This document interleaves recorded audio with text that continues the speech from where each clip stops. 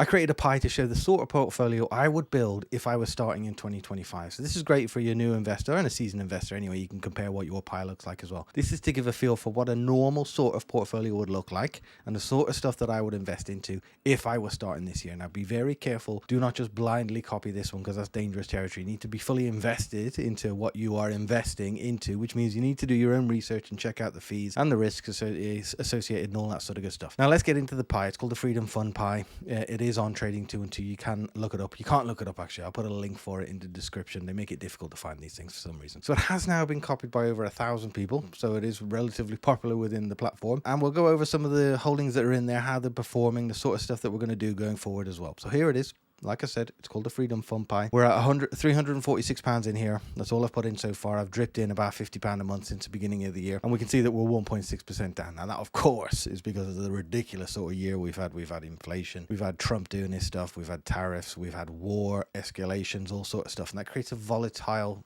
environment. And a volatile environment markets do not like. It creates declines within the market. They like stability. So when we have stability, we see more gains in the market, and when we have volatility, we see declines. So despite going through April, where there was a 20% crash in the market, and anything over 20% is typically called a crash, we are only 1.6% down.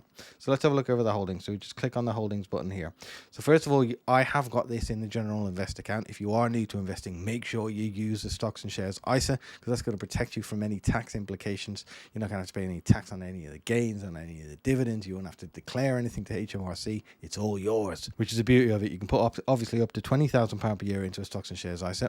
And when you decide to take it out, you can do that whenever you want. You don't have to wait till pension age. You can take it out tomorrow if you want. Obviously, what we're talking about here is long-term investing. So this is, multi-decades is what we're talking about here. So looking over the holdings, and the first one that we've got is the Invesco All World. Now, that is the biggest holding that we have in here. It's 52% of my allocation into this pie. And that's because I'm big into all worlds. I'm big into ETFs in general. So the FTSE All World version that I've chosen is FWRG. Now this is the accumulation version of this fund. That means it auto invests the dividends in the background. You don't see any trace of it. You can't look it up. I get that question all the time, almost on a weekly basis.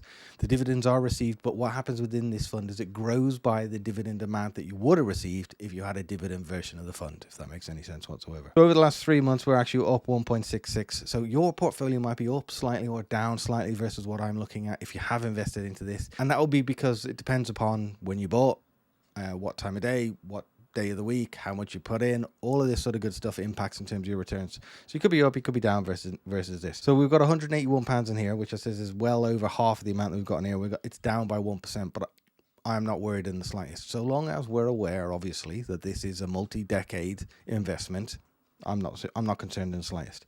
I've chosen the Invesco version because it is cheaper than the Vanguard version, coming in at 0.15%. Again, the fees that you pay on funds, you don't see. It gets taken out again in the background. So there's no admin required. You don't have to pay a bill once a month like you do on Hargreaves Lansdowne. It's all there. It happens. Of course, I've obviously chosen Trading 2 and 2 because it is a free platform and you can invest into ETFs, funds, and you can invest into individual businesses. Now, if you only wanted to invest into ETFs, you can still do it here, or you can do it elsewhere. So my All World is 52%. It is slightly down, but we're not concerned. The next one, 35%, again, a significant allocation is into the S&P 500. We've got the Invesco one again because it's cheaper. Now, again, you might want to choose the Vanguard one. You might want to choose MSCI one, whichever one. But look at the fees and look at the strategy of the fund.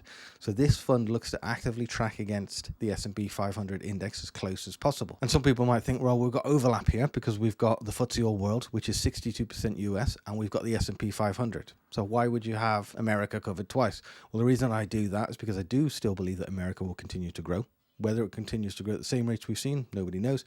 But if it doesn't continue to grow at the same rates and something else comes in and, like China and becomes a superpower, the All World will switch. These are self-cleansing, so it automatically will switch that allocation into China without you having to do anything. But I believe that Americas will continue to do okay. So we've got 35% into here. That brings our total to 87%. Into two massive funds. Now we've got a 5% allocation then into iShares Physical Gold, and gold I like, not just because it's had a brilliant 12 months. It's up ridiculously. What's it up over the last year? 36%. So it's smashed pretty much most asset classes out the water, but that's not the norm with gold. So gold typically is a hedge against inflation, and it is also around diversification, having a bit of commodities in your portfolios. This is called an ETC, exchange traded commodity, whereas the funds are called an ETF, exchange traded fund. So it gives you exposure across different asset classes, and it also just happens to have performed pretty well over the course of the last 12 months. Now we've only got 5% into here, but this is up 10.75%. So it's done pretty well. That's since the beginning of the year. Gold,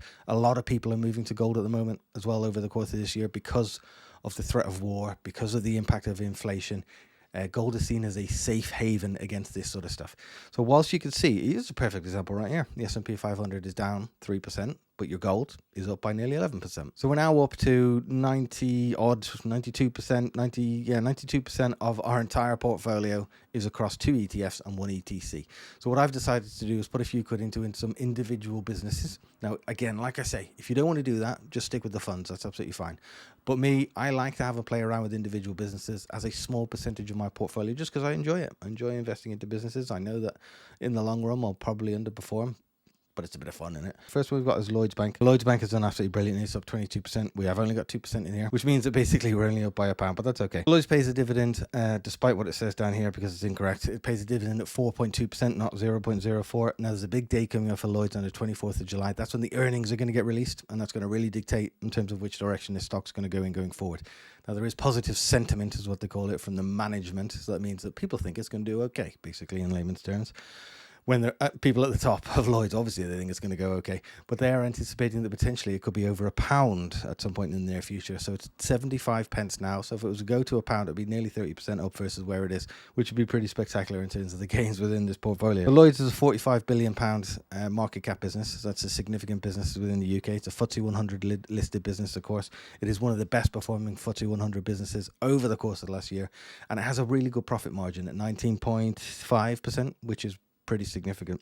Now it's got a really low PE ratio as well. So basically a PE ratio stands for price to earnings. It is an indication of how much of a bargain a business is. So the PE ratio of 6 basically means that 6 times earnings is built into the share price of this business. Now 6 is a really low PE ratio. So anything above 12 for a UK bank would be getting a little bit high. Anywhere from 6 to 10 is pretty good, and we're at 6.5. So potentially that means that there's still a significant amount of opportunity to be had within Lloyds. Now, obviously, don't take my word on that. Do your own research if you are going to invest into this. One thing I forgot to mention as well is when we go back up to the top, you can see I got 33p in here in cash. Now, that comes from the dividends that we've received from those small businesses. Now, you need £1 in order to reinvest the dividend, so we're not quite there yet, but it'll tick along. It'll continue to grow. That's the beauty of it. The next one's Microsoft. We're 10% up in Microsoft. Over the last 3 months, it has absolutely smashed it. 22% up in the last 3 months. So that is going through April as well. And the reason for that is because that people believe that Microsoft have got a really good hold on AI. They think that Microsoft is going to be really strong in the AI area. And it's pretty hypey at the moment, but that has resulted in this stock going up significantly. Now it pays a really small dividend at 0.68%. And one of the things that Microsoft got is it's got a really good moat. A moat basically is long-term competitive advantage versus your competition. And for Microsoft, that comes in a couple of different ways. So first of all, it's got high switching costs. So if you work in a big business and you've got Microsoft Suite within there, it's very expensive to move out of Microsoft into a different type of other suite. Another reason is network effects. And a final reason is it's got an entire ecosystem. So you've got Azure Cloud, you've got Microsoft Office, you've got Teams, they all talk to each other. So it's very difficult to leave Microsoft if you wanted to do so. So that's why they've got a good moat, as they call it. So realty income next. Now, realty income we've chosen because basically it gives exposure to property. So realty income is a REIT, real estate investment trust, which basically just means property to you and I in the UK. So instead of having to get a massive deposit and buy a house that you're going to rent out and deal with idiots that have got broken boilers and stuff, you can actually own property by owning the likes of realty income. Again, we've got diversification then because we've got property covered. So far, we've got property covered, we've got UK banking covered, we've got tech covered, we've got ETCs covered, we've got ETFs covered. So it's around having a diverse portfolio. That's what I wanted to create here. The other beauty of realty income is it pays a dividend on a monthly basis. Now, I really like dividends because they just continue to motivate me. They give me that incentive when that little notification pops up, dividend received. I love it. Now, what we want to do, obviously, with every dividend we do receive is reinvest it back into the business that it comes from. That's how you get the snowball effect of compounding. Realty income has, however, underperformed a little bit versus the market. Actually, it's a little bit better than the S&P 500. So 2.78% down versus 3.26% down. That actually means that realty income has done a little bit better than the S&P 500. Over the last 3 months, then it is up 2.63%. Over the last year, it's up by nearly 8%. And the max view is a bit of a roller coaster, as you can see, and up and down all over the place. Now, the way that realty income make money is by buying properties and then renting them out. And then they take that rent and they use it as a dividend. So to qualify as a REIT, they have to give 90% of that dividend out to shareholders. And that's why we get that lovely monthly dividend. In terms of yield, it is 5.56%. So it's pretty tasty yield as well. Now going forward, I do anticipate the realty income will continue to underperform the market. Well, I say continue. It's done all right so far in this portfolio, but I do think it will underperform the S&P 500 in the long term, but it just gives you that exposure to a different sort of asset class, which is why I like it. Right, the last one then we've got is Unilever, which is consumer goods. Now it's a UK consumer good business, which means that you don't pay any withholding tax on the dividends that you receive. So with the US2 realty income and Microsoft, you will have to pay that.